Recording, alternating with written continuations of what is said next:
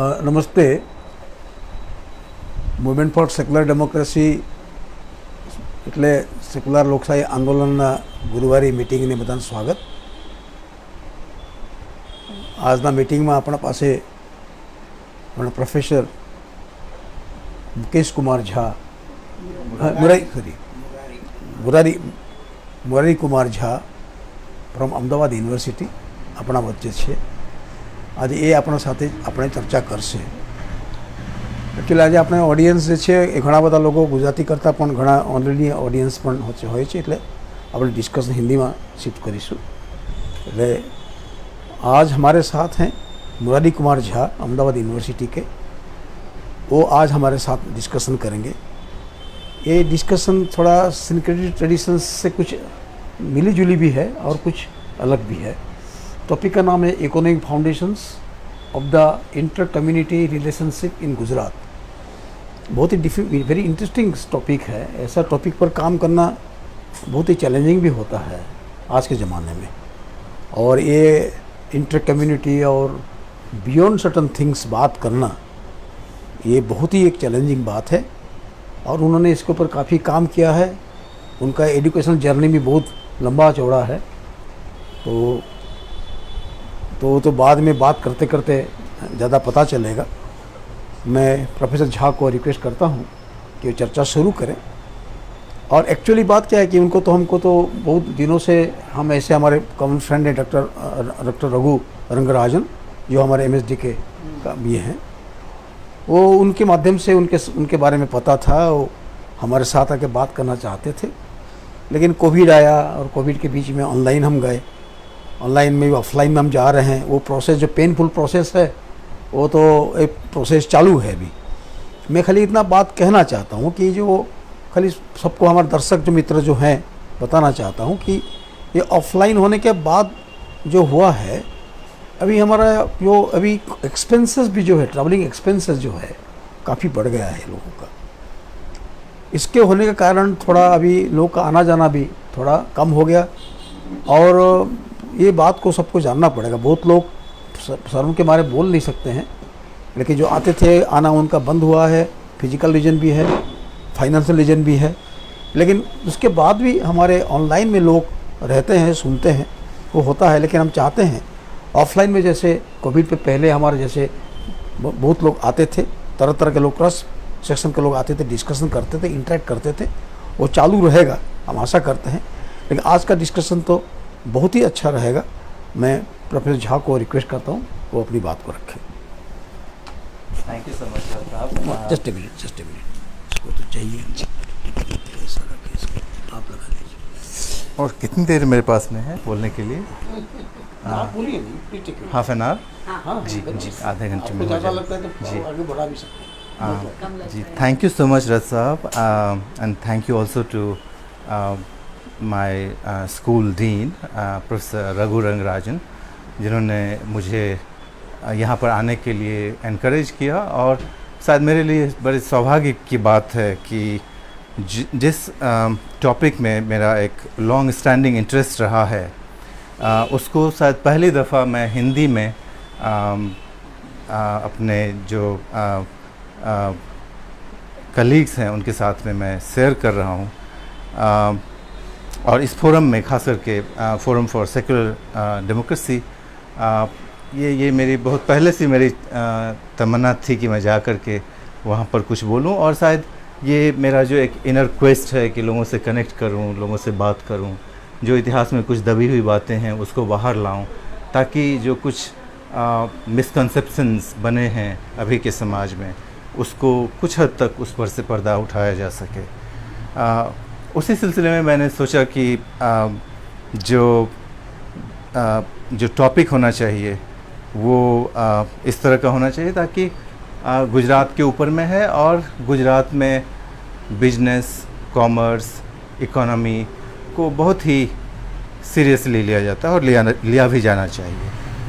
लेकिन बिजनेस जो है वो हमारे सामाजिक संबंधों को और जो विभिन्न तरह की कम्युनिटी हैं उनके आपसी पारस्परिक संबंधों को उससे समझा जा सकता है. और मैं कोशिश करूँगा कि उसके कुछ उदाहरण आपके सामने पेश करूँ ताकि कुछ बातें क्लियर हो सके। लेकिन उसके पहले मैं एक कॉन्टेक्स्ट में जाना चाहूँगा कि अपने भारत के इतिहास में जो डाइवर्सिटी ऑफ फेथ है और एक टॉलरेंस का हिस्ट्री है कि हम जो अलग विचार वाले या अलग धर्म वाले जो समुदाय हैं उसके प्रति एक सहिष्णु और उदार भाव का एक लंबा इतिहास है। चाहे वो अशोक की बात करें जिन्होंने धम्मा एक जिसको अंग्रेजी में बोलते हैं मोरल कोड ऑफ एथिक्स, वो बुद्धिज़्म नहीं था, उसमें ये था कि आप जो अपने पड़ोसी हैं या आप दूसरे धर्म के अवलंबी हैं उनके साथ में आप कैसे पेश आएँ, आप अपने परिवार में पारिवारिक संबंध कैसे मेंटेन करें, आप अपने नौकर से उनसे कैसे डील करें। तो एक ह्यूमनिज़्म जो था वो उस कंसेप्शन का पार्ट था। अकबर के बारे में हम सभी शायद जानते हैं कि सुलह कुल और जो विभिन्न परंपरा के अनुयायी थे उनके बीच में एक निकटता लाने के लिए उन्होंने कोशिश किया। लेकिन सवाल है कि उन्होंने ऐसा क्यों किया। मौर्यन एम्पायर जो था वो एक पहला साम्राज्य था जो भारतवर्ष के एक बहुत बड़े भूभाग पर फैला हुआ था, जैसा कि बाद में अकबर का एम्पायर भी नॉर्थ इंडिया में पूरा फैल रहा था और साउथ की तरफ भी बढ़ रहा था। तो उसमें जो एक आर्थिक जो एक व्यू पॉइंट था वो इन साम्राज्य जो थे उनके जहन में था। और कोई भी समाज में आर्थिक विकास उसका तभी हो सकता है जब आप उस समाज के लोग जो विभिन्न तरह के धर्मों को मानते हैं, विभिन्न तरह के विचारों को अपनाते हैं, उनके बीच एक फ्रिक्शन पैदा ना हो, उनके बीच में लड़ाइयाँ ना हो, तभी आपका आर्थिक विकास उस समाज का हो सकता है। तो ये जो उदाहरण मिडिवल मध्यकालीन या प्राचीन इतिहास से आता है वो शायद अभी भी हमें गाइड कर सकता है। और आज जो मैं आपको उदाहरण देने जा रहा हूँ वो मध्यकालीन गुजरात से है, जिसमें मैं यही दर्शाने का कोशिश करूँगा कि यहाँ जो कम्युनिटी थे वो अपने आर्थिक जो उनका इंटरेस्ट था उसको समझते हुए वो कभी भी कम्युनिटी का जो क्लास होता था उसको आउट ऑफ हैंड नहीं जाने दिया। और उसका मैं उदाहरण में जाऊंगा। और जो भी इस्लामिक रूलर्स थे उन्होंने कभी भी उस आइडेंटिटी को काफ़ी उस हद तक एसर्ट नहीं किया जिससे कि बाकी जो दूसरे समुदाय के लोग थे उन्हें समस्या झेलना पड़े। ये जो टर्म है सिंक्रटिज्म, इसमें अगर आप डिक्शनरी के मरियम वेबस्टर डिक्शनरी में जाएं तो वो बोलता है the combination of different forms of belief और प्रैक्टिसेस। ये उदाहरण जो हमारा जो हिस्ट्री है, इतिहास है, उसके जो उदाहरण मिलते हैं उसमें ये माने पूरी तरह से उन चीज़ों को एक्सप्लेन नहीं कर पाता है। उसका ये उदाहरण है कि जब 1871-72 में हमारे देश में पहली दफ़ा सेंसस किया गया कॉलोनियल पीरियड में और लोगों से पूछा गया कि आपका धर्म क्या है, तो उनके जहन में ये था कि या तो आप हिंदू बोलेंगे, मुस्लिम बोलेंगे, सिख बोलेंगे, ईसाई बोलेंगे। लेकिन लोगों ने बोला कि मैं फ़लाने सेक्ट को वैष्णव हूँ, मैं शैव हूँ, मैं फ़लाने इष्ट देवता को मानता हूँ। कुछ ने बोला कि नहीं, मैं तो बुद्धिज़्म को भी मानता हूँ, जैनिज़्म भी है, मैं ये व्रत भी करता हूँ, ये फेस्टिवल भी करता हूँ। तो ये उनके लिए काफ़ी कन्फ्यूजिंग रहा कि ये कैसे लोग हैं जो कि ये, चूँकि उनका जो एक एकलवाद जो धर्म का एक कॉन्सेप्ट था उसमें ये फिट नहीं हो रहा था। और वो उनको लगा कि ये क्या हो रहा है, ये तो बोल रहे हैं कि, फिर उन्होंने बोला कि नहीं, या तो आप हिंदू हो, नहीं तो आप हिंदू नहीं हो। जबकि उस समय बहुत सारे लोग इस तादाद में थे जिसमें कि धर्म में वो बहुत सारे धर्म को या जो सेक्ट जिसको बोलते हैं उसको मानने वाले थे और उसके हिसाब से अपने आप को समझते थे और अपनी एक जो सामाजिक पहचान है वो उसको दर्शाते थे। इसका एक उदाहरण जो एक प्रोफेसर हैं अनन्या चक्रवर्ती जॉर्ज टाउन यूनिवर्सिटी में, उन्होंने एक उदाहरण यही वेस्टर्न कोस्ट जो है अपना देश का, वहाँ से लिए बसई जो वसैन बोलते हैं, वहाँ पर एक मुस्लिम थे, उनका नाम था गोनखाओ टोस्कानो। ये ओरिजिनली मुसलमान थे। इन्होंने क्रिश्चियन धर्म जो कैथोलिसिज्म था उसको उनको बोला कि तुम यहाँ पर हो, इस जगह पे व्यापार होता है, तुम ये बन जाओ, तुम्हारा ये नाम देते हैं, ये होता है, बैप्टिज़्म हो गया। लेकिन उसके बावजूद भी वो एक वो बेसिकली महाराष्ट्र के रहने वाले थे, ठाणे टू बी प्रिसाइज। और वहाँ से जो उनका अर्लियर जो आइडेंटिटी था मुसलमान होने का, उसको वो निभाते थे। अपने जो परिजन थे या रिलेटिव थे उनके साथ में गुलबर्गा में जो नवाज गेसुदराज का जो टुम्ब है वहाँ पर जाते थे। तो कुछ लोगों ने शिकायत किया कि ये आप क्या कर रहे हैं, आप तो क्रिश्चियन बन गए हैं और ये सब कर रहे हैं, ऐसा तो नहीं होता है। फिर उनको किसी ने पकड़ के इंक्विजिशन में डाल दिया और इंक्विजिशन में फिर उनको जवाब तलब हुआ। उसी से ये निकल के आता है कि जो नीचे के तबके में जो लोग रहते थे, जिनको कि आर्थिक लाभ होता था इस तरह के पोर्ट या यहाँ पर जाने से, उनके लिए रिलीजियस आइडेंटिटी बहुत मायने नहीं रखता था। वो चर्च के आगे भी सर झुकाएंगे, इस्लाम को भी मानेंगे और वो गुलबर्गा भी जाएंगे गेसुदराज के पास में। तो ये एक पॉइंट है जिसको मैं आगे और दिखाना चाहूँगा। और उसमें एक चीज़ जो मैं बताना चाहता हूँ वो ये है कि जो मासेस थे, जो लार्ज सेगमेंट ऑफ पॉपुलेशन था, उनके लिए रिलीजन या रिलीजियस आइडेंटिटी वो उतना अहम भूमिका नहीं अदा करता था जितना कि उनका डे टू डे एक्टिविटीज़ में, उनका खाना, खुराकी, रोज़गार और इस तरह की बातों में वो ज़्यादा रहते थे। हाँ, बाकी जो एलीट होते थे या जो कुछ मौलाना हुए या कुछ ब्राह्मण हुए, उनके लिए इस तरह की आइडेंटिटी या इससे रिलेटेड जो पॉलिटिक्स था उनका रोल होता था। और वो मैं आज इसमें थोड़ा और अधिक बात करना चाहूँगा। और उसमें ख़ास करके मैंने आज चुना है कि औरंगज़ेब को मैं लेकर के बात करूँगा, चूँकि औरंगज़ेब हम सब जानते हैं और ये एक टेक्स्ट बुक में लिखी हुई बातें हैं कि वो एक बहुत ही ऑर्थोडॉक्स था और उसने बहुत सारा मंदिर को तोड़ा, बहुत सारा अत्याचार किए। ये बात काफ़ी हद तक सही है कि उसने इस तरह का ये किया जिसमें कि एक ऑर्थोडॉक्सी को उसने अपनाया और उस तरह से चला। लेकिन जो उस समय में जो कुछ भी हुए उसका क्या परिप्रेक्ष्य था, क्या वो बिना किसी मतलब के हिंदुओं के ख़िलाफ़ था या क्या कुछ चल रहा था। तो उसमें जो एक बात शायद आपने बहुत सारे लोग जानते हों, Aurangzeb was a born Gujarati, he was a Gujarati, और गुजरात दाहोद में पैदा हुए थे। और यहाँ से उनका एक बहुत ही ख़ास लगाव था और यहाँ पर वो गवर्नर बने थे 1644 से 47 के आसपास में, 3 साल के लिए गवर्नर थे। और यहाँ पर जो उलमा थे वो अकबर के बाद से थोड़ा एक हार्डन पोजीशन लिए हुए थे कि नहीं, ये सिंक्रेटिज्म नहीं चलेगा। उसका कारण था कि उनका 2 कनेक्शंस था यहाँ से, मक्का मदीना और हड्रामाउट। तो उसमें जो हनाफी स्कूल है उस पर यहाँ पर काफ़ी परिचर्चा होती थी। जो उलमा थे, जो मुल्ला थे, उनके बीच में। और जब औरंगज़ेब यहाँ पर राज्यपाल या गवर्नर बन के आए तो उनसे एक काफ़ी कुछ उनका एक अंतरंगता बढ़ी। और हम देखेंगे कि ये चीज़ जब वो एम्पायर बन गए तो वो कॉन्ट्रैक्ट जो गुजरात से था वो कंटिन्यू किया।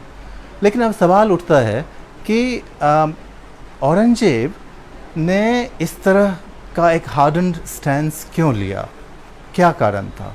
तो उसमें ये नहीं कि वो मुस्लिम हनाफी स्कूल को बिलोंग करता था और वो हिंदूज को हेट करता था, बल्कि इतिहास तो ये कहता है कि उनके जब वो सम्राट थे तो जो नंबर हैं, जो हिंदू जो मनसबदार जागीरदार थे, उनकी संख्या काफ़ी बढ़ गई। और तो ये इस कॉन्ट्राडिक्टरी प्रोसेस, और उन्होंने बहुत सारे मंदिर में दान भी दिया, ज़मीन दिया। कुछ उनका ये था कि नया मंदिर नहीं बनना चाहिए, बाकी जो पुराने मंदिर ऑलरेडी एग्जिस्ट करते हैं उसको मरम्मती के लिए वो दान देते थे। तो उनके यहाँ पर जो वो गवर्नर थे, मैं उसकी थोड़ी बहुत बात करूँगा। और उनका जो अप्रोच था उसमें एक नई बात जो निकल के आ रही है अभी, जो हिस्टोरियन उनके ऊपर में काम कर रहे हैं और जो ट्रस्की हैं, जिन्होंने एक किताब लिखी है हाल ही में, समीरा शेख हैं जिन्होंने एक अच्छा आर्टिकल हाल फिलहाल में लिखा है। उनमें ये कहना है कि जो इस्लाम का एक जो राजत्व, जो सोवरेंटी है, वो उसमें जो सेक्रेड किंगशिप का जो एक आइडिया था उससे औरंगजेब को प्रॉब्लम था, एज हनाफी स्कूल को मानने वाले, कि भाई हम तो रूलर हैं, हम तो आदमी हैं, हम भगवान का स्वरूप हम कैसे हो सकते हैं। और ये जो डिवाइन कॉन्सेप्ट ऑफ किंगशिप जो इसमें आ रहा था, उसमें हिंदू जो आइडिया है किंगशिप का, उसका एक मेजर रोल था जो औरंगजेब के समय में उसमें एक रोल प्ले किया। जैनिज़्म में भी जो डिवाइन किंगशिप का जो आइडिया है वो उसमें आया। तो औरंगजेब को इससे प्रॉब्लम था, वो चाहता था कि नहीं, हम जो राजत्व है, जो किंगशिप है, उसको हम, जो इसका सेक्रेड ऑरा है, उससे हम पर्ज करें और इसको हम आदमी के जैसा, जैसे हम आप हैं, तो इसको कुछ लोग एक जो अर्ली मॉडर्निटी है उसके तरफ बतौर भी देखते हैं कि वो धर्म को इससे अलग करने का कोशिश कर रहा था, अपने जो सोवरेंटी है, किंगशिप का कॉन्सेप्ट है उससे। लेकिन उसमें हम जाने से पहले गुजरात में जो एक ओपननेस था उस पर आप सब जानते होंगे कि पारसी कम्युनिटी यहाँ पर आए थे 8th-9th सेंचुरी में। सांजन एक जगह है जहाँ पर कि उनको जगह मिला था, और उनको संजन, जहाँ पर कि उनको ऑटोनॉमी मिली थी कि अपने हिसाब से अपने रिचुअल चलाएं, व्यापार करें, और उनको पूरी ऑटोनॉमी दी गई। वाघेला रूलर्स थे, जाडेजा ने भी दिया। तो ये एक बात थी जो कि भारतीय परंपरा के अनुकूल था। लेकिन इसका एक इकोनॉमिक एंगल भी था कि जो व्यापार करने वाले, इस तरह के व्यापारी कहीं भी जाके बसते थे, उनको इस तरह की ऑटोनॉमी दी जाती थी। चाहे वो जामोरिन हो कालीकट में, जहाँ पर कि जो भी धर्म के अनुयायी जाते थे व्यापारी, उनको उनके रिलीजन को फॉलो करने का पूरा फ्रीडम मिलता था। इतना ही नहीं, जो हमारे गुजराती बनिया या जैन व्यापारी पर्सिया जाते थे, जो उनका गोम्बरुन था, बंदर अब्बास बाद में, या वेस्ट एशिया एडन में जो वो मनी चेंजिंग का काम करते थे, या बैंकर्स का काम करते थे, या ईस्ट अफ्रीका, किल्वा, मोगादिशु, वहाँ पर इनको कहीं से कोई दबाव नहीं होता था कि आप अपना जो वैष्णविज्म या आप जैन धर्म जो आप अपना रहे हैं या उसका जो रिचुअल्स फॉलो कर रहे हैं उसको ना करें। तो ये जो एशिया का जो एक यूनिकनेस है, यूरोप से शायद ये अलग है, जिसमें कि उन जो भी पॉलिटिकल अथॉरिटीज़ उन पोर्ट्स को कंट्रोल करते थे, उनको लगता था कि जो व्यापारी वर्ग हैं उनको अगर हम इसका ऑटोनॉमी देंगे तभी वह ऑप्टिमम ढंग से अपना काम कर पाएंगे। अगर उनको हम दबाव देंगे कि हम ये पर्सिया इस्लाम का है, तुम भी इस्लाम का हो जाओ, तो शायद वो नहीं रखेंगे, वहाँ पर नहीं टिकेंगे और उससे उनका घाटा हो जाएगा। तो ये बात एक कॉमन सेंस था, जामोरिन हो, बाघेला हो, या बाद के जो भी रूलर्स हों, इनके लिए।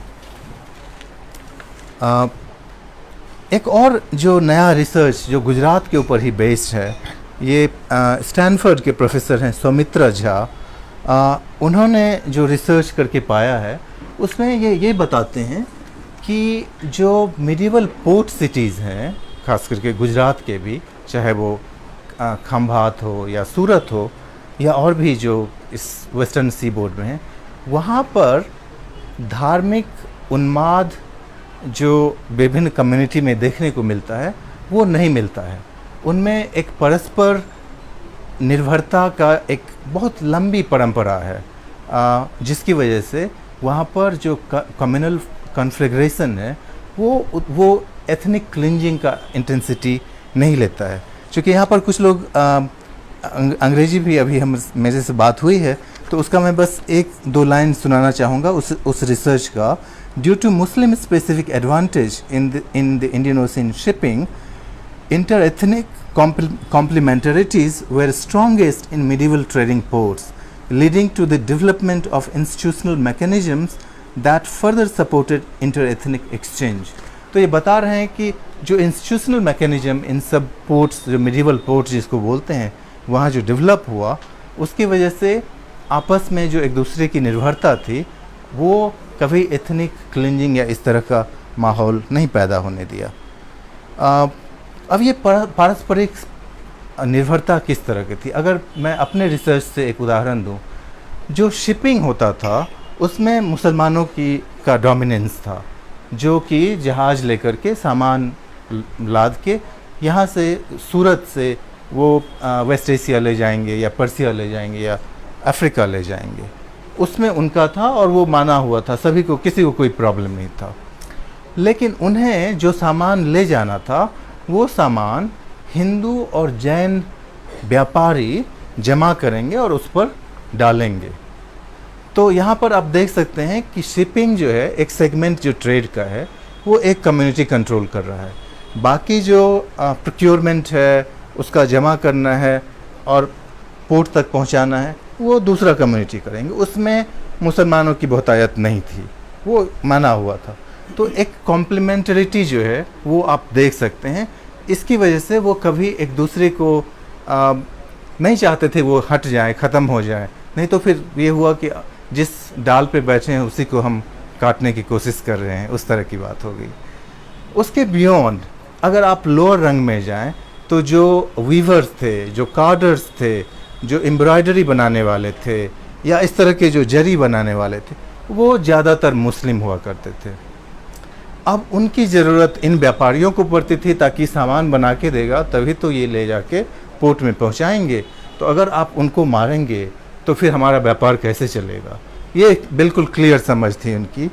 और इसकी वजह से जो एक इंस्टीट्यूशनल मैकेनिज्म था, चाहे वो महाजनी हो, चाहे एक अंजुमन था पारसी का, या फिर जमात हो, ये एक इस तरह का बन गया था जो कुछ डिफरेंसेस होते थे छोटे मोटे लेवल पर, उसको उसी लेवल पर हल किया जाता था। जैसा कि होता है, एक कम्युनिटी भी हो सकता है, एक कम्युनिटी के अंदर भी हो सकता है, तो उसको हल किया जाता था। उसको कभी सीमा के बाहर नहीं जाने दिया जाता था, ताकि उनका जो एक आर्थिक जो एक इंटरेस्ट था वो उसमें उसका दखल ना हो पाए। तो ये है, ये इस तरह से व्यापार जो है, जो प्रॉफिट है, जो मर्चेंट का जो इंटरेस्ट है, वो समाज में एक समरसता, एक पारस्परिक निर्भरता बना के रखा था। इसके अलावे 1411 में आप लोगों को पता होगा कि यहाँ पर जो फोर्ट बना था अहमदाबाद का, इसमें जो उसकी नींव रखी गई थी उसको अहमद शाह ने रखा था। वो ग्रैंडसन थे, पोता थे जो जफ़र खान थे। वो जफ़र खान तनका राजपूत थे जो कन्वर्ट हुए थे इस्लाम में, और उनका ये पोता था।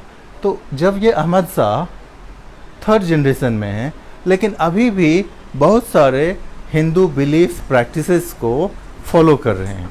और उसका एक उदाहरण मीरात अहमदी, जो 18वीं सदी का इतिहास है, उसमें मिलता है कि कैसे बहुत कुछ जो पद्धति है, जैसे शुभ मुहूर्त है, कौन से दिन में होना चाहिए, ये सब उसको फॉलो किया जा रहा है। ऑब्वियसली इस्लाम का भी रोल है उसमें, जो यहाँ के एक सेंट थे उनका भी रोल था। तो आपको दिखता है कि कैसे बहुत सारे रिलीजियस ट्रेडिशंस जो है उस पर उसका एक अमलगमेशन हो रहा है। इस तरह के जब बड़े काम आप एक फोर्ट को इस्टेब्लिश करने का कोशिश कर रहे हैं उस वक्त में, जैसे कि मीरात अहमदी में लिखता है कि the foundation were laid on Thursday 3rd जुल्कादा 15 घरीज एंड 35 पलाज after sunrise in Push nakshatra corresponding with वैशाख शुद्ध पंचमी संवत 1449 और 1349 ऑफ शक एरा। ये सब इस तरह का शुभ मुहूर्त निकाल के हम फाउंडेशन ले रहे हैं, तो उसमें दिखता है कि किस तरह से अगर इसको सिंक्रेटिज्म माना जाए तो कैसे सब कुछ घुल मिल रहा है। अब हम आना चाहेंगे कि औरंगजेब क्या कर रहे थे। वो मैंने थोड़ा सा बताया कि जो उनका जो रीजन था वो ये था, ना कि किसी समुदाय विशेष को टारगेट करना, बल्कि जो किंगशिप का जो कंसेप्शन था उसका जो एक ये था, वो चाहते थे कि इसको क्यों चाहते थे कि वो डिवाइन किंगशिप नहीं रहे। उसका कारण ये था कि उस समय एक महदवी मूवमेंट चल रहा था, जिसमें कि बहुत सारे लोग मानते थे कि इस्लाम का 1000 साल पूरा होगा तो एक महदी अवतरित होंगे और जिस तरह का ऑर्डर है उसको चेंज करेंगे और फिर सब कुछ बराबर होगा, जो अभी कुछ बहुत अन्याय हो रहा है और दिक्कत हो है। इस तरह के विश्वास जो है वो हनाफी स्कूल में एंटरटेन नहीं किया जाता था। हालांकि अकबर एक एक्सेप्शन थे जिन्होंने इसको एक सेलिब्रेट किया काफ़ी हद तक, चूँकि जो ये मानने वाले थे उसमें अली के फॉलोअर्स थे या बहुत सारे जो सुन्नी जो फैक्शन है उसके पड़े थे। अब उससे एक रियल चैलेंज आता है राजत्व को, किंगशिप को, कि जो इस तरह की सभाएं कर रहे हैं या इस तरह की बातों पर जो विश्वास कर रहे हैं वो हमको नहीं मान रहे हैं, या हमारा जो किंगशिप जो अथॉरिटी है उसको वो एक चैलेंज पेश करने का कोशिश कर रहे हैं। इस मामले में गुजरात का एक यूनिक रोल रहा है। जो जौनपुरी थे ऑलरेडी 15th सेंचुरी में यहाँ पर आकर के पलानपुर में महदवी जो सेक्ट है उसके लिए काफ़ी कुछ किया था और वो ट्रेडिशन बरकरार रहा। उसका मैनिफेस्टेशन मिलता है सैयद राजू, जिनका एक बहुत खासा मास फॉलोअर्स था अहमदाबाद में। उनको कौन मानते थे? दूध वाला, कार्डर्स, वीवर्स। अब फिर यहाँ पर आप देख सकते हैं कि जो बॉटम रंग है सोसाइटी का, उनका एक स्लाइटली डिफरेंट रिलीजियस ओरिएंटेशन है, चाहे वो सुन्नी रूलिंग एलिट हो, चाहे हिंदू व्यापारी वर्ग हों, या आप जो जिसको काश्तकार बोलते हैं या जो खेती बाड़ी करते थे, उनसे उनका बिल्कुल अलग ओरिएंटेशन था और वो महदवी को मानते थे और सैयद राजू को वो अपना लीडर मानते थे। तो जब औरंगजेब को पता चला, खास करके जो सुन्नी उलमा थे उनको बताया कि ये तो इस तरह से सोचता है, और वो हॉर्स ट्रेडर था सैयद राजू, जिसका मतलब है कि उसके पास में काफ़ी कुछ रिसोर्सेज भी रहे होंगे, जिससे कि उनको लगता था कि इस तरह के लोग तो हमको ख़तरा पैदा कर सकता है। तो उनको बुलाया गया कि आप कोर्ट में आइए। बाकी जो उलमा थे वो भी बैठे, वहाँ पर सुनवाई हुई कि आप क्या आप इसमें मानते हैं कि महदवी हैं, महदवी आएंगे और इस तरह का करेंगे। तो सैयद राजू अपना सेफ प्ले करते हुए बोला कि नहीं, मैं तो सुन्नी हूँ, मैं सुन्नी धर्म को मानता हूँ, और महदी आए और गए, उनकी बात हम नहीं कर, in order to assuage the harden feeling. उसके आगे की भी और बात चली कि आपका किस में ज़्यादा फेथ है, अली या ये वो। जब बात काफ़ी आगे बढ़ी तो उन्होंने बोला कि अब मसला जो है ये सब वो तलवार से इसका फैसला किया जाएगा। तो औरंगजेब को लगा कि अब तो यहाँ पर वायलेंस हो जाएगा। उन्होंने बोला कि अब कोर्ट को मैं डिसमिस करता हूँ, और सैयद राजू को बोला कि आप शहर छोड़ के चले जाइए, आपको जहाँ जाना है, अहमदाबाद में आप मत रहिए। फिर यहाँ से वो निकल करके एक रुस्तम बाग है यहीं पर अपना गुजरात अहमदाबाद के आउटस्कर्ट्स में, वहाँ गए। वहाँ पर उनके फॉलोअर्स भी जमा हो गए और वहाँ पर इनकैम्प किया कि नहीं, हम तो नहीं जाते, क्या कर लोगे। फिर कोतवाल ने दोबारा मैसेज भिजवाया कि भाई आप चले जाइए, नहीं तो ये ठीक नहीं है कि आप यहाँ पर हैं। जब वो नहीं माने तो कोतवाल ने अपना फोर्स भेजा, जिसमें कि सैयद राजू मारे गए, उनके साथ 20 उनके अनुयायी भी मारे गए। फिर बाद में उस जगह पे एक टुम बना करके लोग उनका पूजा करना शुरू करे, अभी भी चल रहा है। तो ये एक दिखाता है कि जो एक इस तरह के अनुयायी हैं इस्लाम के अंदर में भी किस तरह से अलग अलग सेक्ट थे जो अलग ढंग से सोचते थे, और उनको भी अपना एक स्पेस, अपना एक पॉलिटिकल इमेजिनेशन का एक दायरा था, जिसमें कि औरंगजेब उसके साथ में अनकम्फर्टेबल फील करता था। एक दूसरा उदाहरण जो औरंगजेब के समय में जो काफ़ी ये है कि जो बोहरा जो थे इस्माइली बोहरा, उनको वो प्रताड़ित करते थे। अब उसमें फिर वही जो उनका क्लिक था यहाँ पर, जो जो सुन्नी उलमा थे, उनका एक मेजर रोल था। और ये सही है कि उसमें कुछ उनका डॉक्ट्रिनल डिफरेंस भी था, लेकिन उससे भी बढ़ के जो प्रॉब्लम था वो कहीं ना कहीं इकोनॉमिक था। चूँकि वो बोहरा थे और व्यापार में काफ़ी आगे थे, काफ़ी पैसा कमाते थे, उनका कंपटीशन जो सुन्नी इस्माइली बोहरा थे और बाकी सुन्नी जो व्यापारी थे, उनसे उनका डायरेक्ट कंपटीशन था। फिर उसमें क्या होता था कि जब भी कोई दाई, एक दाई को तो उन्होंने हैंग करवा दिया, चूँकि उसमें फॉल्स इम्प्लिकेट किया, और बाद में जो जज थे उनको भी लगा कि कुछ ट्रिकरी हुआ है। लेकिन बाद के दाई को कुछ फ्लिम्सी ग्राउंड्स पे उनको पकड़ लिया जाता था, बोलता था कि अब इनको रिलीज़ करवाना है तो इतने पैसे दीजिए, बेचारे वो पैसे लेके आ जाते थे, उनको रिलीज़ करवा के ले जाते थे। तो ये एक सस्टेन्ड एक्सटॉर्सन बन गया कि जो बोहरा इस्माइली बोहरा थे उनसे एक्सटॉर्सन चल रहा था, और वो चलता रहा 17th century, early 18th century के बाद तक भी। इसके बाद जो एक है, हाँ, जैन जो है यहाँ पर आप जानते हैं पार्श्वनाथ, जो मंदिर का निर्माण जो शांतिदास जावेरी उन्होंने कराया था, तो उसको औरंगजेब जब यहाँ पर राज्यपाल थे, गवर्नर, उसको फोर्सिवली, फिर वही जो उलमा क्लिक थे, और उलमा का समझिए उनका हार्डन स्टैंस इसलिए था कि वो मदीना की तरफ रुख करते थे, हजरमौत देखते थे, और वो काफ़ी नाखुश थे कि औरंगजेब अकबर ने जो किया वो इस्लाम को काफ़ी डाइल्यूट करने वाली बात है, और हम यहाँ पर वो हनाफी इस्लाम को हमको इस्टेब्लिश करना है। तो उनके विला पर उनको बोला कि ये तो बहुत बड़ा मंदिर बना है, इसको हम मॉस्क में ये करेंगे। तो उन्होंने ऑर्डर निकाला, वो कर दिया। फिर जो शांतिदास जावेरी थे उन्होंने कंप्लेन किया शाहजहाँ के कोर्ट में, फिर उधर से ऑर्डर आया कि नहीं, ये बिल्कुल नाजायज़ है, और फिर उस ऑर्डर को रिवर्स कर दिया गया, उनको वापस सौंप दिया गया, और जो कुछ कंस्ट्रक्शन हुए थे उसको हटा दिया गया। लेकिन इसके अलावे शांतिदास जावेरी से और एक वाक़या है जिसको मैं यहाँ पर बताना चाहूँगा कि उसके बाद जब मुराद बख्श यहाँ के राज्यपाल या गवर्नर थे, उस समय जो वॉर ऑफ सक्सेशन होता है वो चला, और एक जो डिसाइसिव बैटल था जो प्रिंस मुराद दारा सुको और औरंगजेब के बीच में सामूगढ़ में लड़ा जा रहा था। तो यहाँ पर जो मुराद बख्श थे वो उस समय गवर्नर थे, और हर किसी को अपना अपना लगाना था कि हमको भी राजा बनना है। मुराद बख्श खुद भी सोचते कि हमको, इन्होंने कई लाख रुपया शांतिदास जावेरी से लोन लिया कि हमको पैसा दीजिए, आर्मी रेज करना है, जाके लड़ाई में लड़ना है।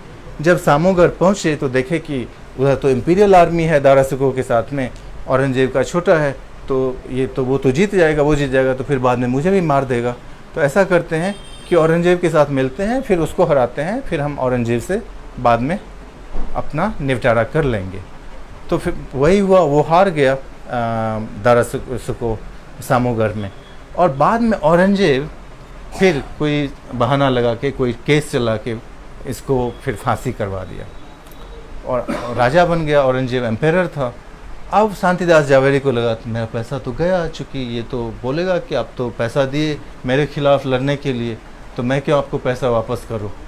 लेकिन ये पैसा सूद के साथ में शांतिदास जावेरी को औरंगजेब ने वापस करने का ऑर्डर निकाला। अब उसमें सिंपल बात है कि अगर मर्चेंट कम्युनिटी जो है वो उनका एक ऑटोनॉमी नहीं रहेगा, तो वो बहुत ही क्रिटिकल फंक्शंस प्ले करते थे। जो एम्पायर है उसका जो इकोनॉमी है, वो चाहे ये हो मनी चेंजिंग सराफ का काम करते हैं, या लेंडिंग का होता है, बैंकिंग का काम होता है, उसमें उनका एक अहम रोल होता था। और उस कम्युनिटी को कोई भी एम्पायर के कोई भी रूलर हो, उनको एलिनेट नहीं कर सकता था। ये बल्कि एक जो पार्श्वनाथ जो मंदिर है वो एक अनसुलझी है सवाल, चूँकि हो सकता है कि उन मुल्ला जो हनाफी स्कूल से बहुत ज़्यादा इन्फ्लुएंस थे, उनके वहाब में आकर के ऐसा हुआ हो, तो ये किया गया। अदरवाइज ये दिखाता है कि एम्पायर का एक क्रिटिकल डिपेंडेंस था जो मर्चेंट कम्युनिटी और ख़ास करके जो जैन और जो व्यापारी वर्ग थे, उनको उनकी ज़रूरत एम्पायर को ज़्यादा थी और उनके लिए उनको कभी वो एंटागनाइज नहीं कर सकते थे।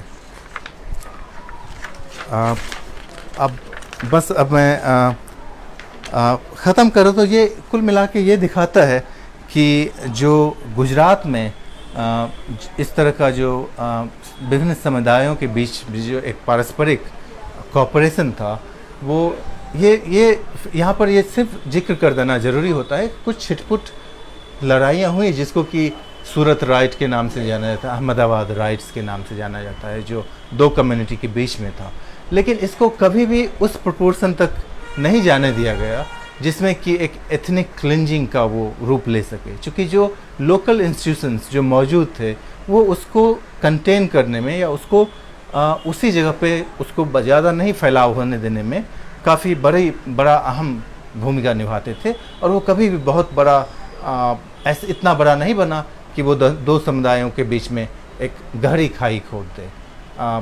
बल्कि अभी जो हो रहा है, जो हुआ है, उसकी तुलना में देखा जाए तो वो बहुत एक छोटा सा एक incidence, thank you so much, incidence दिखता है कि इस तरह का होता था जिसको कि इंस्टीट्यूशनली सॉल्व कर लिया जाता है। तो गुजरात में ये आर्थिक जो समझदारी थी, जो एक व्यापार का जो एक ये था, तो व्यापार यही बोलते हैं कि बहुत सारे कम्युनिटी को पास लाते हैं, उनको बंटने नहीं देते हैं, और कुछ जो विभाजन रहता है उसके साथ ही वो रहते हैं और कंफर्टेबली रहते हैं। तो इसके साथ ही मैं इसको ख़त्म करता हूँ। अगर कोई सवाल हो, कुछ हो तो जी।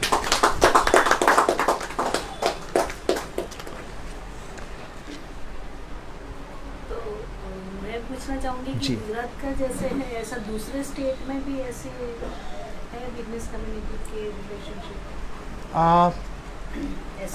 अगर थोड़ा बहुत जो मेरा, ठीक है, थोड़ा बहुत जो मेरा रिसर्च जो ईस्टर्न इंडिया पे रहा है, बिहार, बंगाल को लेकर के, तो इस तरह का जो रिलीजियस डिवाइड है,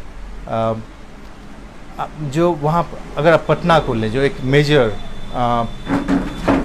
रिवराइन पोर्ट सिटी था, जहाँ पर कि जैन्स वेस्टर्न इंडिया से जाके जो बाद में जगत सेठ बने, वहाँ पर से अपना काम चालू किया। सिया ग्रुप के लोग वहाँ पर थे, सुन्नी थे, लेकिन कभी भी इस तरह का जो कम्युनल राइट है या डिवीज़न है वो नहीं होता था, बल्कि एक आपसी समझदारी हमेशा बनी रही। और मुझे नहीं लगता है कि मतलब ये जो लॉजिक है ये काफ़ी कॉमन सेंसिकल है कि अगर दो समुदाय एक दूसरे को म्यूचुअली एक पूरक की भूमिका अदा करते हैं कि आप जो बनाते हैं उसको मैं लेके इधर बेचता हूँ और उस पर मुझे फ़ायदा होता है, तो मैं क्यों चाहूँगा कि आप यहाँ नहीं रहें, आपको मैं हटा दूँ, आपका अस्तित्व ख़त्म हो जाए? ये तो कभी नहीं चाहूँगा। और इसी तरह से आप भी नहीं चाहेंगे कि मेरा अस्तित्व ख़त्म हो जाए, क्योंकि मुझसे आपको थोड़ा बहुत फ़ायदा होता है। तो ये जो पारस्परिक निर्भरता थी, ये आप अन्य जगहों पर भी देख सकते हैं। जो वीवर्स थे वहाँ पर भी वो मुस्लिम थे ज़्यादातर, और जो व्यापार करने वाले थे वो मुस्लिम हिंदू होंगे, फिर और भी ब्रोकरेज और इस तरह का, तो काफ़ी सेगमेंटेड था। और वो सेगमेंट म्यूचुअली अंडरस्टूड था कि हाँ ठीक है, ये वो कर रहे हैं, हमारा ये है, और उसमें अपना स्किल का डिवीज़न होता था और एक दूसरे से वो सहयोग लेते थे और उसका बेनिफिट होता था। तो ये तो चलता था। Sorry, excuse my Hindi. For the first time, actually, I try to speak in Hindi. But you've done very well. I hope it's communicable enough. And also, I think this Yeah. Mathura, the temple, same thing. Yeah, I think. So I think the people who do who make that the dresses for the god, Yeah. they belong to the Muslim community. Yeah. That. That's That's true. Even in Banaras, I think. So they are very much dependent on the temple economy, and not from now, thank you so much, for past many centuries. And for them, this division is pretty bizarre, pretty kind of unsettling. Perhaps I think, it seems as our traditional basis of economy is getting eroded and in the process of being dismantled, perhaps such kind of dependence that defined our collective social identity, social cooperation, is also increasingly under pressure and tension in today's time, which we perhaps need to correct by citing examples of the past, and perhaps this needs to be reiterated again and again on multiple fora, so that people should know that why there's kind of this sense of ownership of different traditions. भद्रा बोलने में औरंगजेब भी भद्रा का नाम नहीं change किया. अगर उसका इतना ही ये होता तो बोलता कि ये भद्रकाली तो ये गलत है, इसको नाम हटा दो. He didn't do that. Even today we know this as Bhadrakali. तो इस तरह का जो एक समझदारी था वो बना हुआ था, और शायद वो एक्सप्लेन करता है कि अगर मुग़ल इकोनॉमी इतना एक सॉलिड फुटिंग पे था, जिसमें कि दुनिया का एक सबसे रॉबस्ट इकोनॉमी, जिसमें कि 150 सालों तक इन्फ्लेशन आया ही नहीं. It was only in the early 18th century, after third decades of the 18th century, you see some inflationary pressure in the Mughal economy. नहीं तो ये एक puzzle है कि Ottomans were kind of battling with this inflation problem. They were devaluing their money, and Mughal coins were so pure that it's almost like 100% pure silver and gold you can find in those coins.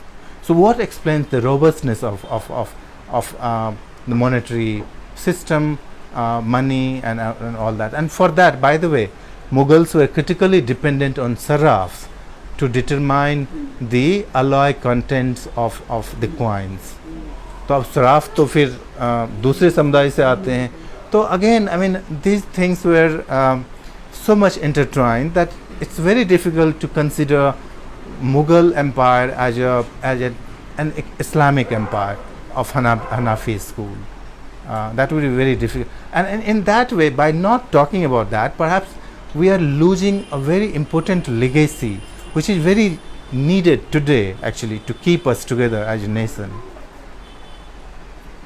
So.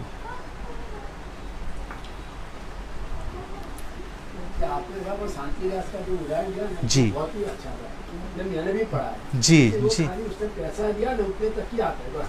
जी आगे औरंगजेब ने return किया वो तो मैंने नहीं पढ़ा. जी जी उसने वो एम्पायर बन चुका था और पैसा वो जी इकोनॉमिकल गुजरात में बहुत स्ट्रांग. जी जी एक बना था तो सब तरफ बहुत अल्पेश ठाकुर उसने आंदोलन किया. जी जी इसने कोई रेप किया ना कोई यूपी और बिहार वाले ने कोई रेप किया ना, वो सब दंगा. जी हाँ हाँ. लेकिन गुजरात कम्युनिटी गुजरात में पर्टिकुलरली फाउंडेड डिवीजन इंडस्ट्री में उन्होंने सभी यूपी बिहार वालों को प्रोटेक्शन दिया, खाना पीना दिया और सबको रखा. जी किसी को गाँव नहीं जाने दिया. जी गाँव कौन गए थे जो अदर पार्ट्स में. जी जी फैक्ट्री में रहते थे वो सबको उन्होंने फैक्ट्री के अंदर रखा, खाना पीना दिया और प्रोटेक्शन दी. जी यानी जो इकोनॉमिक पार्ट है गुजरात में बहुत ही स्ट्रॉन्ग. जी एक दूसरे के ऊपर डिपेंडेबल रहते ही है. बिल्कुल नहीं. और इसमें ये ट्रेंड कि अगर एक कोई स्पेसिफिक जो कल्प्रिट है जो या जिसने क्राइम किया है उसके बेसिस पर एक पूरे समुदाय को जनरलाइज, तो ये भी एक नया ट्रेंड है जो गुजरात हो या अपना देश हो या दुनिया में भी ये चल रहा है, जिसको फिर उसको काउंटर करने के लिए शायद हम लोगों को बहुत अधिक प्रयास की ज़रूरत है कि जो भी क्राइम किया हो वो किसी भी समुदाय को वो क्रिमिनल है, उसको सज़ा की ज़रूरत है. और उसी तरह से जो लॉ है उसका जो एप्लीकेबिलिटी है वो सभी के लिए समान हो ताकि उसमें लोगों का विश्वास बढ़ सके. तो इस दोनों लेवल पर काम होने की ज़रूरत है. President Donald Trump Yeah. white supremacy in war. Yeah, again, it's the kind of, you know, You see, because all over the world, if you watch, आप Yeah. देखेंगे सारी की सारी पॉलिटिकल पार्टी का राइट को जा रही है. जॉर्जिया मेलोनी राइट को जा रही है. जी, प्रेसिडेंट ये फ्रांस का मैक्रॉन, मैक्रोन. जी, वो भी जाने की उसने कोशिश करी. और ये एल्पिन जो है वो उसको राइट को पुश कर रही है. तो he can not adopt the socialistic party. जी, सो प्रोबेबली ये जो ज़्यादा लेफ्टिज्म आ गया है, which has become made the state in very large social welfare state. If you are, I am sure you must have read that Ayn Rand. जी, and then- Socialism, when you always work for 90% community and 10% for yourself, the pendulum is going to swing on the other side like Atkinson. yeah, yeah, So when he is all right, you can contribute, but not to the extent of 100%. right, So this is partly the division of labor, and it keeps on changing. जब आप waste की देखेंगे, आपकी 30% population 80% जब है, they are service taker, caretakers, they are not givers. yeah, So the demographic of 46 is your average age of this country. What will you have? Service giver or service takers? If they are service giver, who is going to provide service? right, So what becomes is, you have got the pile level of cash money, invest in India, labor arbitrage, yeah, $20 per hour, invest $2 per hour. yeah, So what all you are doing is a labor arbitrage, right, and then running, keeping the feeding. Corona has upset the whole balance. Those who were on the margin, they have been kicked up. yeah, And those who have remained, they say, why should we work? right, So the trade surplus which was being generated by the Western economy, to that extent has come down. right. Yeah, I think you're right. You know, I mean, how to understand these newer developments, whether of populism, whether a rightward tilt in the world economy, world polity. I think somehow it seems, and when I was in America, I think there was some real concern about saving capitalism from some capitalists, and they were really discussing about. They were genuinely concerned. They were not enemies of capitalism. Those who were discussing. That's what the term used, welfare capitalism. Yeah, yeah. So actually, they were saying that the kind of things which are happening today in the world, in fact, those things are going to again bring lots of those things in the past which people found relevant, and there will be backlash against the kind of capitalism which is developing of late, where few families or few people in the world would control, a large part of the world's wealth. So that's something they were concerned about. So it's again how to make the society equitable, how to redistribute the resources more equitably, and make the society better for large segment of population to live with whatever basic requirements that they have, rather than pushing them to the brink of misery, so that they can start taking some sort of measures against the dominant form of economic system that we have today. You see, you look at Adam Smith, Wealth of the Nation, and Karl Marx, Das Kapital. Gee. Today, Karl Marx also given up. China shows state capitalism. There is a welfare capitalism. So the two are getting closer to each other. So this is like a pendulum. Somewhere it swings to one, somewhere it swings to the other. Yeah. This is the capitalism in the old age form. East India Company, if you might have heard India Library in London, Yeah. what it shows, 90% of the wealth of the state is with the king, only 2% is with the public. So what sort of Lagan was collected? Does that say? In East India So Company? this is 98% of the wealth to 95%, that figure is No. right. No. I think they made some erroneous observations about Indian society, claiming that Bengal study. So what they said, that the land that we have, you have in Mughal India, entire land belongs to the king, which was not true. The only Khalsa land, the revenue from Khalsa land was directly going to the king's personal, expense towards. State treasury versus personal treasury was the question. Yeah. King thought everything belonging to public belongs to him. Well, I mean, they can think, but that I mean, didn't. That that's what the society we have. no, When I the think. state wealth is owned by the king and the personal wealth, then you have a revolution in the making. They were not considering entire thing their own. That's not. I mean, they had very they had their own personal wealth, right? For example, port city Surat's revenue used to go towards the defraying the personal costs of Jahara Begum, right? Similarly, kings had their own private wealth, property, and something that belonged to the treasury, and that must be kind of bequeathed to the next generation. That was not king's own, right? So, I mean, somebody can claim, but I don't know if anybody. I mean, Aurangzeb lived so frugally, living by translating Quran or making this caps for the. We don't know whether that is the response. Darbari historians have written. I mean, but it's true that he didn't live a very kind of luxurious life with so many things. He did all that out of hobby or out of compulsion. We don't know. Well, I mean, but he obviously, if he didn't claim that entire empire is my own wealth, personal jagir or fief, he didn't say so. I mean, he was in dire economic situation because he needed to finance the ongoing wars in Deccan, and many jagirs were getting bankrupt because they were not getting enough from their jagirs to defray their costs as well as the army that they were maintaining. So the crisis began starting from there. They couldn't simply auction off everything because saying, okay, this is my empire, now I'm going to sell it to some company. So I think this is Bernier is the one actually who is blamed for this statement, the French doctor, saying that the all land belonged to the Mughal king, which was not. I mean, lands were, even in Gujarat, lands were private property of some merchants. By the way, recently I found, I think few months ago, there was a sale of property in Ahmedabad by two, I think Pareks are there.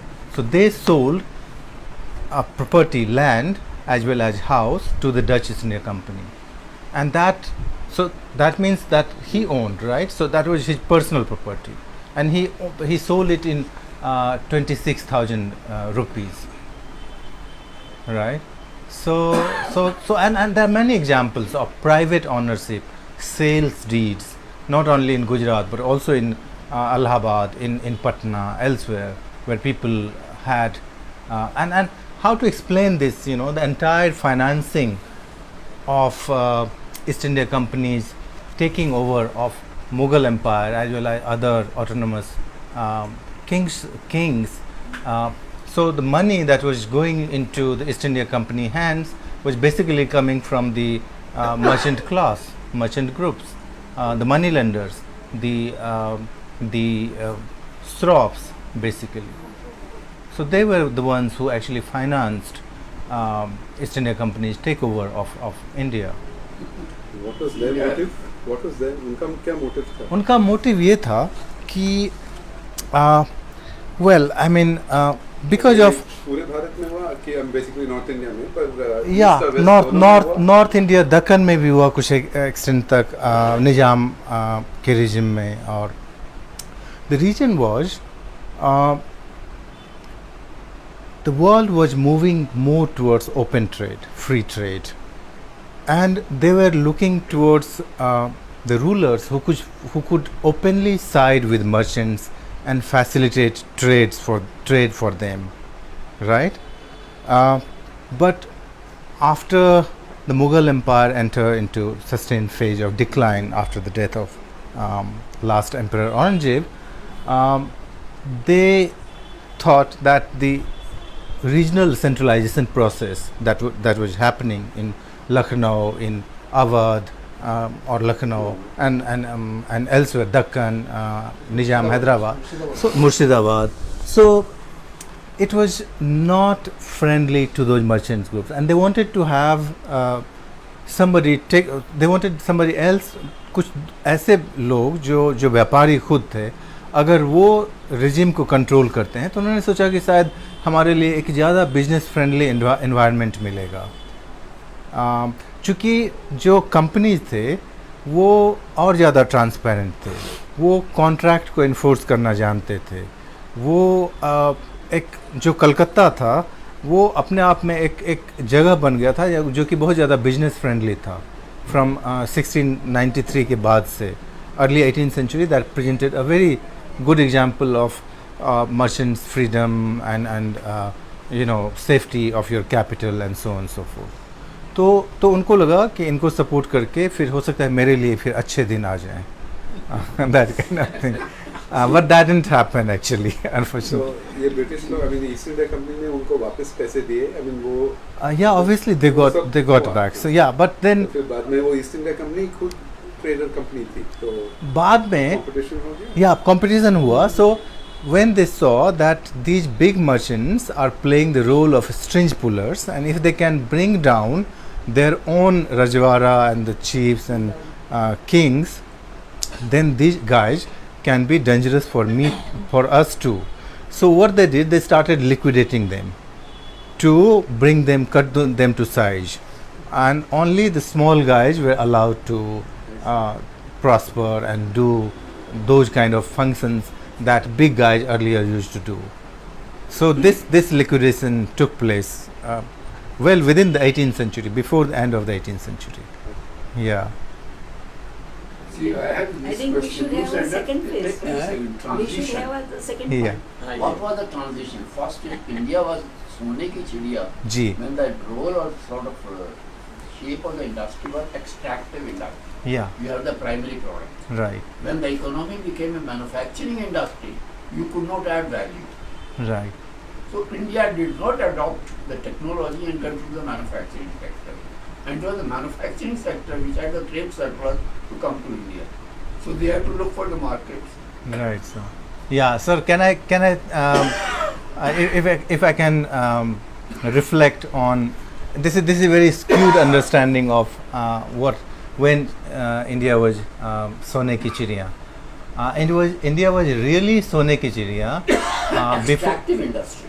Yeah, I mean so it was सोने की चिड़िया जब company जो आए थे उस समय वाकई भारत सोने की चिड़िया थी। Because they could supply raw material to the manufacturing industry. No, that came up later। So before that, what used to happen, India was world's leading manufacturing economy। Handicraft industry specially यहाँ पर अहमदाबाद में इन्होंने इजाद किया silk और cotton को मिला करके वीव करने का, जो कि इधर पर्सिया और वेस्ट एशिया में बहुत ज़्यादा डिमांड में था। जो कंपनी जो आए वो अपने पैसे लेके आते थे यहाँ पर, तो पैसे कहाँ से जनरेट? हाँ जनरेट होते थे, वो मैक्सिको से जनरेट होते थे, जो पेरू या मैक्सिको में जो सिल्वर का माइन मिला। ट्रेड सरप्लस था ना? भारत का मेजर ट्रेड सरप्लस था, इसी की वजह से यहाँ का इन्फ्लेशन नहीं था। और यहाँ पर बल्कि उन्होंने वही आप जो जिसकी जिक्र हो रही थी अभी, जो फ्रेंच डॉक्टर वर्नियर, वही बोलता है कि ये तो इंडिया जो है ये तो पिट है, यहाँ पर दुनिया भर से पैसा आता है और ये सिंक में चला जाता है, यहाँ से निकलता ही नहीं है। क्योंकि जो घोड़े लेके आते थे यहाँ पर, वो घोड़ा बेच के यहाँ से कपड़े खरीद के जाते थे, अब वो पैसा यहाँ पर रह गया। इसके बाद जो कंपनी जाते थे वो यहाँ पर सूरत या बंगाल हो या कोरोमंडल हो या मलाबार हो, यहाँ पर कोई भी ऐसा सामान वो लेके नहीं आते थे जो कि हम उनको बहुत ज़्यादा पैसा दें। तो जो ट्रेड सरप्लस था वो मैसिवली सभी रीजन का, चाहे वो कोरोमंडल कोस्ट हो या मलाबार हो, बंगाल हो, चाहे गुजरात हो, यहाँ उनको और वो बाकी सामान लेके वापस जाते थे। चाहे कोरोमंडल का टेक्सटाइल लेके जाते हों, प्रिंटेड या पेंटेड दोनों तरह का मिलता था, पेपर लेके जाते हों मालाबार से, बंगाल से टेक्सटाइल, रॉ सिल्क, बहुत सॉल्टपीटर, ओपियम ये लेके जाते थे। यहाँ से जो भी टेक्सटाइल के बहुत सारे वैराइटीज़ होते थे वो जाते थे, तो पैसा यहाँ पर रहते थे। फिर ये एक इकोनॉमिक्स का एक पजल है, इकोनॉमिक्स में खास करके, अगर इतना ज़्यादा पैसा आ रहा था तो इन्फ्लेशन क्यों नहीं आया? क्योंकि जब पैसा ज़्यादा आएगा तो इन्फ्लेशन बढ़ना है, बहुत सारा पैसा होगा, लोग पैसा लेके बाज़ार में जाएंगे, सब कुछ का दाम बढ़ जाएगा। तो उसका ये है कि जो पैसे आ रहे थे और चूँकि हमारा पॉपुलेशन ट्रेंड बढ़ रहा था और हमारे पास में लैंड सरप्लस था, तो हर किसी को हलमीर बनने का ये था कि हमारे पास में 50 रुपया हो जाए, 2 हल हो जाए, 4 बैल हो जाए, हम 5 बीघे को रिक्लेम करेंगे और उसको हम जोतेंगे, उसमें से टैक्स देंगे और ये करेंगे। लोग बैठे होते थे, जो जुलाहे होते थे, उनके बच्चे होते थे, नेक्स्ट जनरेशन में जैसे अभी अनएम्प्लॉयमेंट का हो रहा है ना, उसी समय वो आए, उनको करघा चाहिए, हथकरघा बनाना है, लूम्स बनाना है, उनको इन्वेस्टमेंट चाहिए।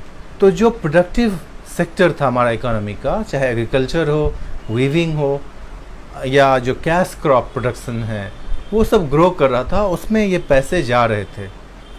तो इसमें जो कुछ इकोनॉमिक्स बोलते हैं कि नहीं भारत में तो होर्डिंग होता था, ये थाली बना लेते थे, मंदिर में मूर्तियाँ बना लेते थे, वो उसको डिस्क्रेडिट किया जा चुका है कि नहीं, एक्चुअली ये जो है इकोनॉमी एक्सपैंड कर रहा था, इसका प्रोडक्टिविटी, और ये पैसा जो था प्रोडक्टिव इकोनॉमी में लग रहा था। और इसका ये भी प्रमाण है कि जो बहुत सारे रीजन्स थे वहाँ का रेवेन्यू बढ़ रहा था, जो रेवेन्यू पेइंग कैपेसिटी है वो बढ़ रहा था, पॉपुलेशन बढ़ रहा था। तो ये है, पैसे आ रहे थे। हाँ, ड्रेन शुरू हुआ जब 1757 के बाद अंग्रेज़ों ने पैसा लाना बंद कर दिया। 58 में उन्होंने एक भी पैसा बंगाल नहीं लाए, एक भी पैसा नहीं लाए। और जो रेवेन्यू में से उनका जो मिलता था, जो भी दीवानी का राइट जो उनको थोड़े 62 या 63 में मिला, लेकिन इस बीच में वो लोन लेके, इधर से पैसा लेके उधर से अपने ट्रेड को फाइनेंस करते थे, बल्कि बाहर से पैसा आना बिल्कुल बंद हो गया और वो बदस्तूर जारी रहा। एंड 18th सेंचुरी में थोड़ा बहुत पैसा आता है जब फैमिन होता है, कुछ प्रॉब्लम होता है, लेकिन जो आउटफ्लो है, जो पैसा पहले यहाँ आता था, अब क्या होता है कि उन पैसों को आप सामान जो उतने पैसों का ले जाते थे उसके एवज में पैसा डालते थे, अब बिना पैसा डाले सामान को लेके चले जा रहे हैं। तो ड्रेन चालू हुआ साल दर साल। और उसके अलावे लेट 18th सेंचुरी में तो ट्रिब्यूट जाने लगा कि हमको क्राउन को ट्रिब्यूट देना है इतना, तो वहाँ से आया। बाकी उसके बाद जो मैन्युफैक्चरिंग, क्या ये एक इत्तेफाक है कि जो साइंटिस्ट थे अंग्रेज वहाँ पर लंदन में, उनका दिमाग हथकरघा बनाने में ही साइंस का दिमाग चला। वो ये था कि जो टेक्सटाइल में हमारे देश का डोमिनेंस था, उसको कैसे ब्रेक किया जाए, उसको तोड़ने के लिए जो स्पिनिंग जेनी या थ्रेड, ये सब उसमें दिमाग लगाया कि इनका डोमिनेंस तोड़ा जाए। क्योंकि even during colonial period, late 18th early 19th century, हमारे जुल्हे मर रहे थे, लेकिन फिर भी यहाँ का बनाया हुआ सामान यूरोप के बाज़ार में उनके द्वारा जो बनाए गए सामान थे उनसे सस्ता बिक रहा था और उसको बाज़ार से बाहर कर दे रहा था। उसके बावजूद भी तो उनको लगा कि नहीं, ये तो बहुत बड़ा ये है, अगर ये बच गया तो फिर वो उसमें दिमाग लगाया और उस तरह का साइंटिफिक इन्वेंशंस वहाँ से चालू हुआ।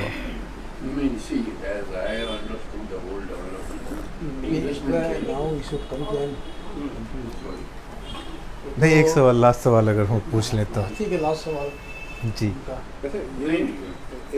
अंग्रेजों ने आके पहले हिंदुस्तान की इकोनॉमी स्टडी करी, हल चलाने के जो हथियार थे यहाँ से खरीदे, उसकी ड्राइंग्स बना के मास प्रोड्यूस किए और वर्ल्ड मार्केट कैप्चर किए। हमारे पास जो एप्लीकेशन ऑफ टेक्नोलॉजी है वो भी सीखी।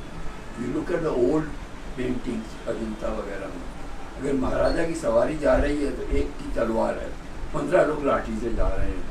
अलेक्जेंडर जब आया उसकी पेंटिंग देखी, 90% के पास तलवार है।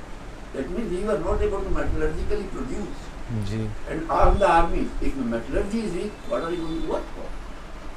नहीं, इस तरह के कुछ वाजिब क्रिटिसिज्म हैं जो है भी, लेकिन even in the 18th century अगर हमारे जो मराठा हों या टीपू सुल्तान हों या और भी जो हों, वो इसलिए नहीं हारे कि उनके पास में जो ऑर्गेनाइजिंग जो उनका स्किल था या जिस तरह से अपने ड्रिल करते थे उसमें अंग्रेज़ों से पीछे थे।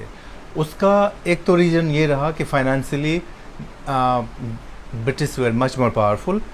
They had backings of lots of financial resources, number one. They were bureaucratically organized organization, जो कि इधर में थोड़ा उसमें कमजोरी था। टेक्नोलॉजी क्यों होता है, अगर हमारे पास में 100 लोग हैं जो कि इस तरह का मसलिन बना सकता है जिसको कि आप इस अंगूठी से खींच सकते हैं या माचिस के बॉक्स में रख सकते हैं, तो फिर उसमें हाँ, लेकिन सवाल है कि उस समय शायद उनको मास प्रोडक्शन की उतनी ज़रूरत नहीं लगी। उसमें जो बनता था उसमें कारीगर को लगा कि इसके में हमको सफिशिएंट रेम्यूनरेशन, लेकिन उसमें एक मोटिवेशन नहीं था। जो वहाँ पर उन्होंने अंग्रेज़ों ने जो सोचा उसके लिए उनको मोटिवेशन था कि इससे हम इनको बिल्कुल बेदखल कर देंगे, पूरे दुनिया पर अपने टेक्सटाइल से कब्जा कर लेंगे। चूँकि मिंग चाइना में steam engine already 16th century से काम कर रहा था। उनका जो डाइनिंग टेबल था, तो जब वो खाता था मिंग एम्परर, तो नमक, जो बहुत बड़ा डाइनिंग टेबल था, तो वहाँ से नमक को उस पर भर दिया जाता था और वो रेलगाड़ी चलते चलते चलते ऐसे करके आता था और यहाँ रुक गया, फिर वहाँ से नमक ले लिया या और फिर तो ऐसा नहीं कि वो स्टीम टेक्नोलॉजी यहाँ पर। और ये भी तो है जो मैकेनाइज्ड दिस वन टिप्पू सुल्तान का, in which the tiger actually attacks the British soldier, तो वो अपने चलते रहता। तो ऐसा नहीं कि मशीन मैकेनाइज। गोलकोंडा में already in 16th century early 17th century वो फाउंटेन से वाटर का कैसे वो फवारा निकल रहा है, वो इटली से जो ट्रैवलर आ रहे हैं उसके बारे में लिख रहे हैं कि इस तरह का है।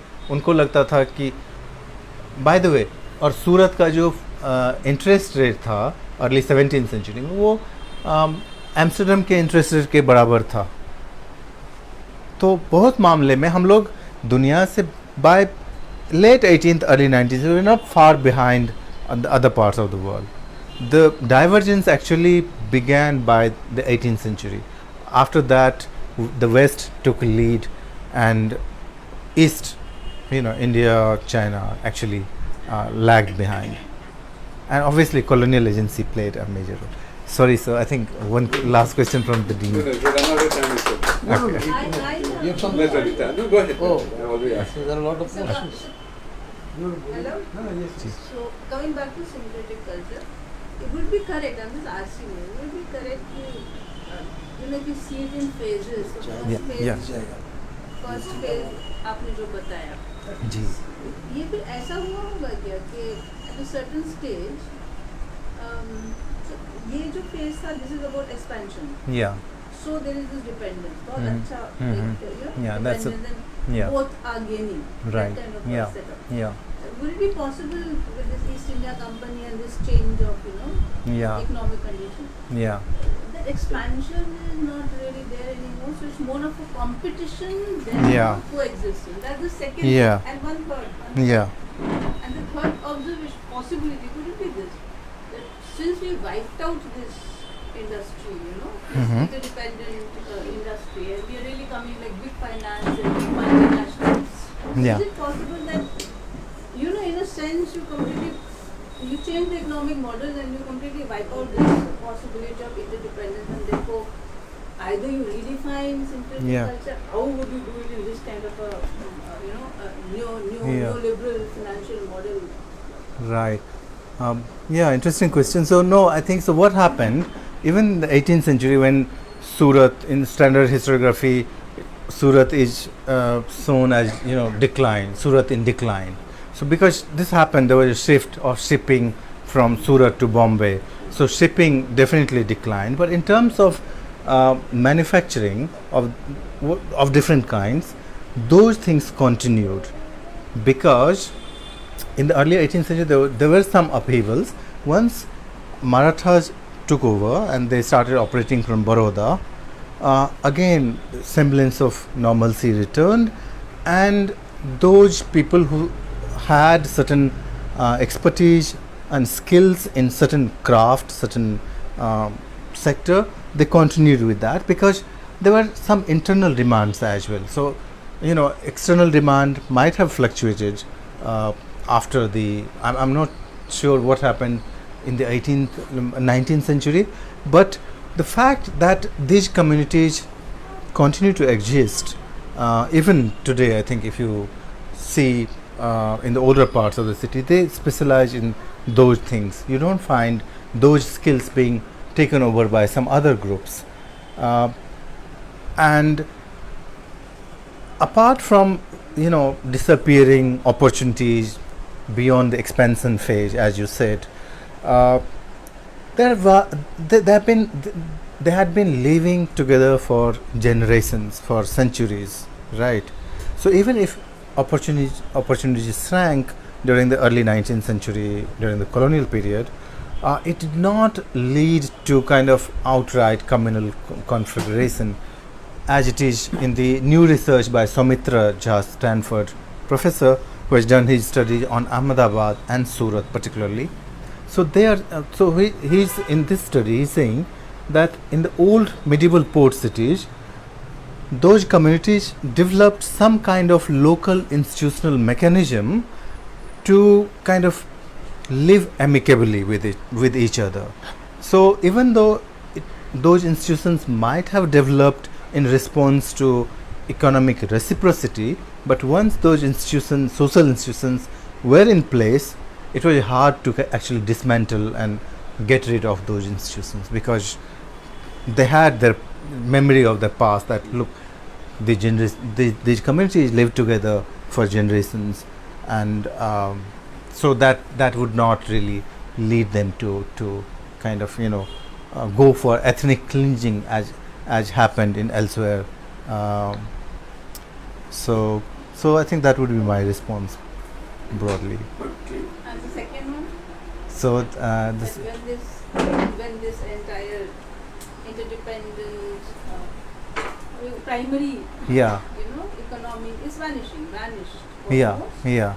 and taken over by another. No, I think so if you look 19th century textile, so I haven't seen a study who were like manning the textile weaving industry in Ahmedabad, who were the weavers. So in many cases, those transition to modern industry, basically you are trapping the same set of source skills from the same community to come and work in a different setup. So earlier they would be working on Hathkarga, and now they would be working in mechanized industry because it's just kind of tools are different, but the end product is more or less the same that they were.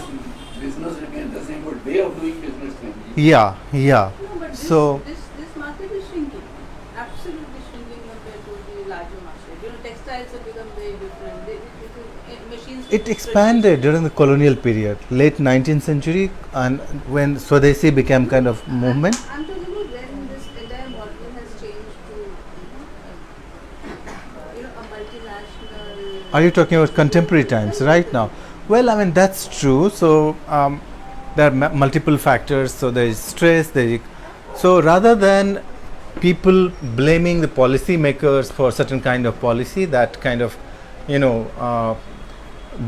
dividing or creating huge distance between the those who are like well off and those who are not that well off. So income divide is getting broadened.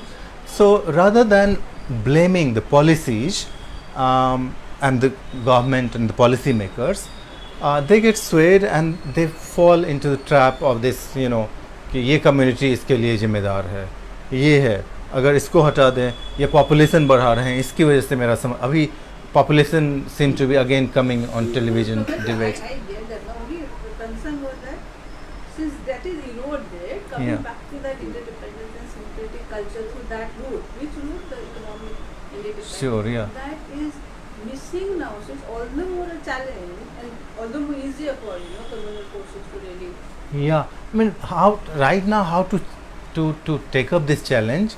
I mean, we might not replicate the same kind of skill set among different communities and asking them, or have allowing them to develop this commonsensical understanding of the benefits of mutual independence. But if we bring those examples from the past and say that, look, if different communities live amicably today, then the chances of our economic betterment, our economic growth is much better than keep fighting, keep destroying each other, keep pillaging each other's property, stigmatizing one community or the other. So rather than diverting our energy to that end, if we take those examples and then try to kind of understand or benefit from those wisdom, I think that will still serve. And if everybody wants that, okay, our economy, our national economy should be strong, it should be equitably distributed, then they'll work towards those ends rather than fighting, stigmatizing, or pointing out somebody or other from different communities. Thank you. Thank you. मुझे लगता है Excellent, कि sir. Thanks. Very good. मुझे लगता है कि जितना ये है जी ये डॉक्टर रघु का बात तो रखना पड़ेगा अभी। डॉक्टर रघु ने अरेंजमेंट करवाया, थैंक्स टू हिम। तो मुझे लगता है कि डॉक्टर रघु फिर से हम उनके आपके साथ बात करने के लिए हमको फिर से अरेंजमेंट करवाएंगे तो फिर जो उनका जो भी क्वेश्चन अभी बंद हुआ है उनसे शुरुआत करेंगे। तो ये तो बहुत ही लंबा एकदम बहुत ही बढ़िया डिस्कशंस रहा अभी। सिंक्रेटिक ट्रेडिशंस के पीछे भी कितने सारे कॉजेस होते हैं, economic bonding, economic relations, productions, distributions, marketing, that was a global market, regional markets, ये काफ़ी फैक्टर्स प्ले करते हैं। और उसके साथ साथ भी और कम्बिनेशंस भी होते हैं और डिफरेंशिएशंस होते हैं, कन्वर्जन भी होते हैं और रिजाइम चेंज भी होते हैं। ये बहुत सारे फैक्टर्स इसमें बहुत इंटरेस्टिंग, बहुत सारे वेराइटीज़ ऑफ दी सब्जेक्ट में जाने का मौका आपने ओपन अप किया है, तो आपको कीप अप करना पड़ेगा।